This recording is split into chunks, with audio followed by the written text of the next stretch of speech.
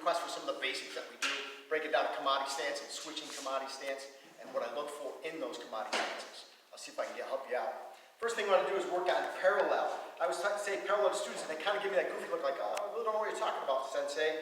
So if these two pieces of trim were parallel, they would create a line on the floor, these two pieces of wood here. If these lines went forever this way and forever this way, same with this one, forever this way and forever this way, they would never cross.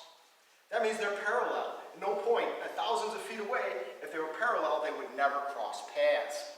So when we talk about parallel with your feet, they should be very straight and parallel. Right? That's what this is just trying to describe what parallel means. When your feet are on these positions, your feet are very straight. They do not go out, because at this point my heel line would cross behind me. If your toes were in, they would cross in front of. I want them parallel, so they're very straight. So in all Kumite stances and wide stances, they're parallel.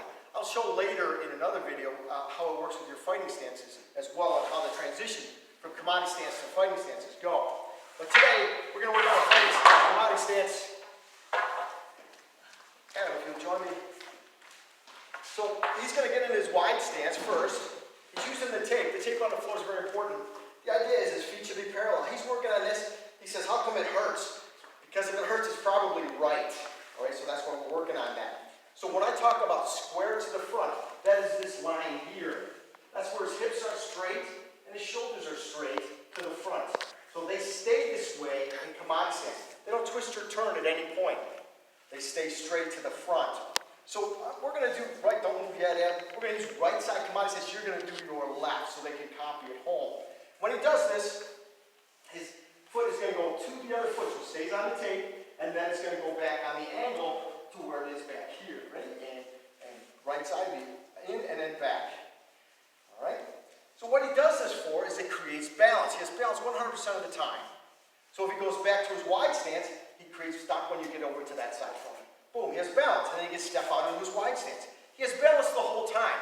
He doesn't, there's no tape here going back, because at no point does he want to just step straight back, because he's falling back.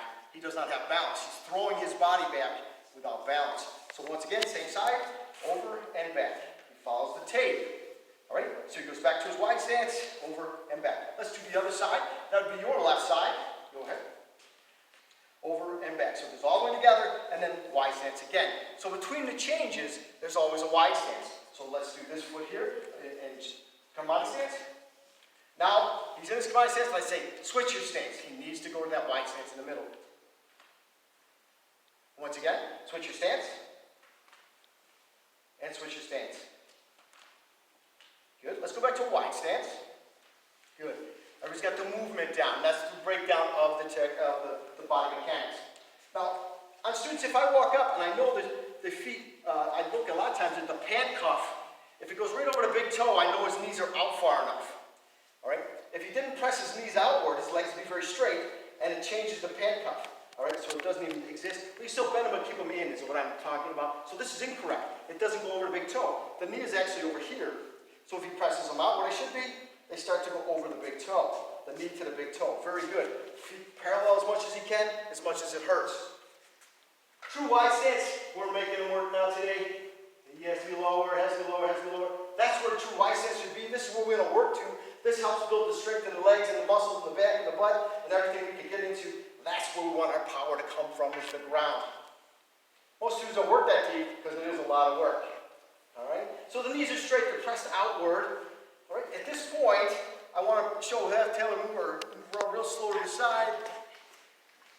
What side you want to go to, gentlemen? We'll go this side? Yeah. Yep. Yeah, just push a little bit. Keep watching. Slowly. Keep going.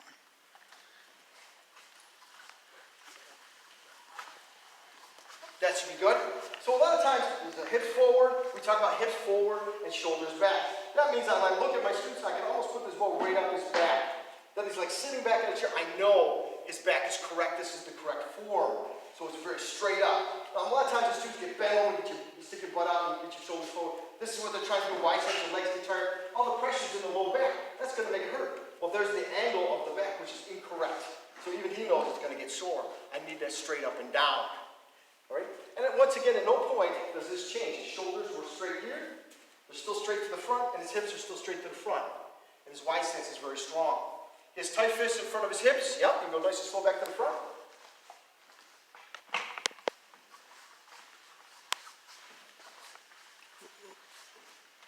Tight fists in front. Hips are forward, shoulders are back.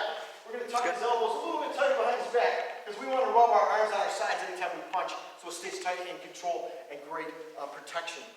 Good. So let's go to Kumite Stance.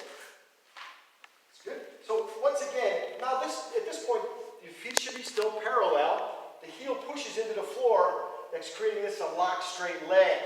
You bend this knee as much as you can so that the knee is over the big toe, same as your wide stance. That gives that cuff almost straight down that toe. I know it's correct. It can be deeper and a little dramatic. But keep this elbow behind your back. Put your palm to the ceiling and up on your hip. Yep, tight fist in, squat down in there. This is down and sending your sternum, so we're down a little bit, and a fist distance away from your chest. Just a little bit there. Yep, about a fist distance away, so we're ready to protect. Hips are still forward. Shoulders are still up and back. We still have a straight line here. I still have straight across his back. His hips are still straight. They didn't twist and turn as we did any of this. All right? So, switch your stance. And try to keep no daylight between your fingers and still a fist distance away from your chest. All right?